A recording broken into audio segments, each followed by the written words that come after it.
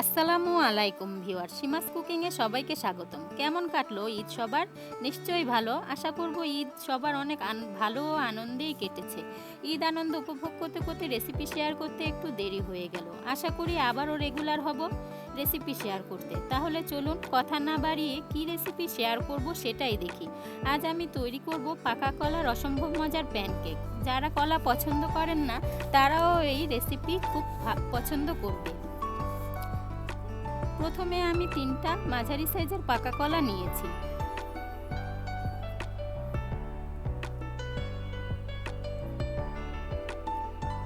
এতে দেব 1/4 কাপ চিনি।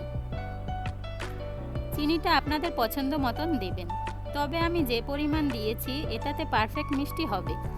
এবার একটা কাঁটা চামচ দিয়ে চিনির সাথে কলা ম্যাশ করে নেব। আপনারা এটা হাত দিয়েও চটকে করে নিতে পারেন। ম্যাশ করা হয়ে গেছে, এটা একপাশে ঢেকে রেখে দেব।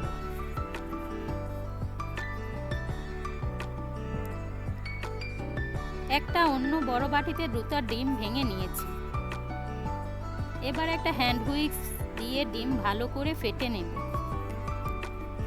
2-3 মিনিট ফেটার পর ডিমের কালারটা একটু সাদাটে হলে এতে দেব 1/3 কাপ রান্নার তেল,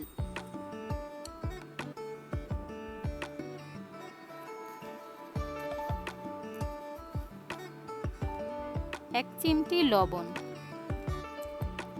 তেল আর লবণটা ডিমের সাথে ভালো করে মিশিয়ে নেব।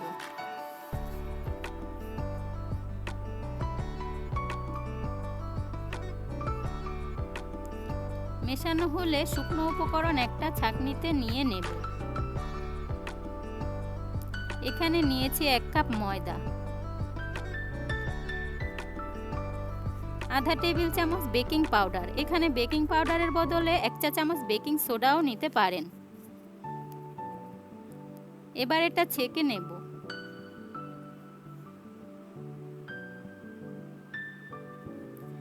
ছেঁকে নেওয়া হয়ে গেছে। শুকনো উপকরণগুলো ডিমের মিশ্রণে ভালো করে মিশিয়ে নেব।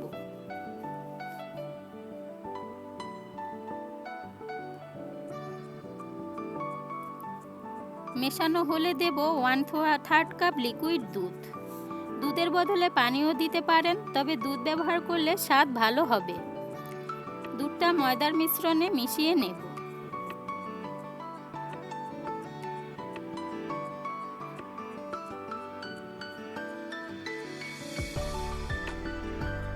মেশানো হয়ে গেছে।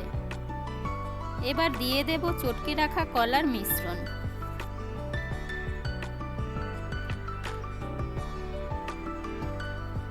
আর দেব 1 চা চামচ ভ্যানিলা এসেন্স। এটা অপশনাল, না দিলেও চলবে। যারা ডিম ও কলার গন্ধটা পছন্দ করেন না তারা দিতে পারেন। এবার সবকিছু ভালো করে মিশিয়ে নেব। মেশানো হয়ে গেছে। ব্যাটারটা ঠিক এমন ঘন হবে, না পাটিসাপটার মতো পাতলা, না বড়ার মতো শক্ত। এবার চুলায় প্যান গরম করে নেব।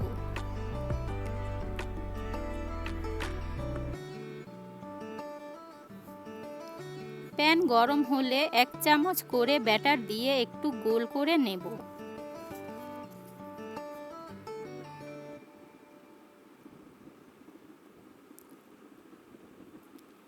আর ঢেকে 2 মিনিট ভাজবো।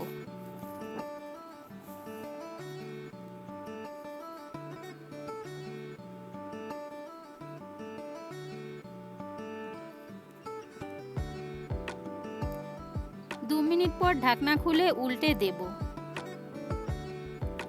আর ঢেকে আরো 2 মিনিট ভেজে নেব। দুপাশ ভালোভাবে ভাজা হলে তুলে নেব।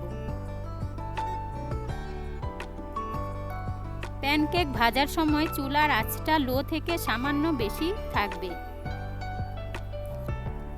আপনাদের সুবিধার্থে আরো একটি দেখিয়ে দিচ্ছি।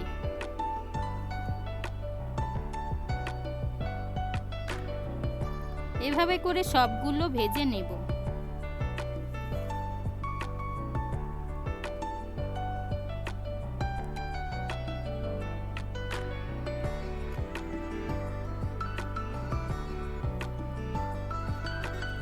সবগুলো ভাজা হয়ে গেছে, এবার গরম গরম পরিবেশন করব। প্যানকেক খেতে কিন্তু সত্যিই খুব মজার। আর আমরা বাসায় যখন বেশি করে কলা নিয়ে আসি, অনেক সময় 2-3 দিন পর কলাগুলোর উপরে কালচে হয়ে যায় আর ভেতরটা পেকে বেশি নরম হয়ে যায়, তখন আমরা কলাগুলো ফেলে দিই। আজ আমি সেই বেশি পেকে যাওয়া কলাগুলো দিয়েই এই প্যানকেক তৈরি করেছি। আর এই বেশি পেকে যাওয়া কলা দিয়েই এই রেসিপি তৈরি করতে ভালো হয়, তাহলে আর কি। বক বক করতে করতে অনেকটা সময় নিয়ে নিলাম আপনাদের। সবাইকে ধন্যবাদ। আল্লাহ হাফেজ।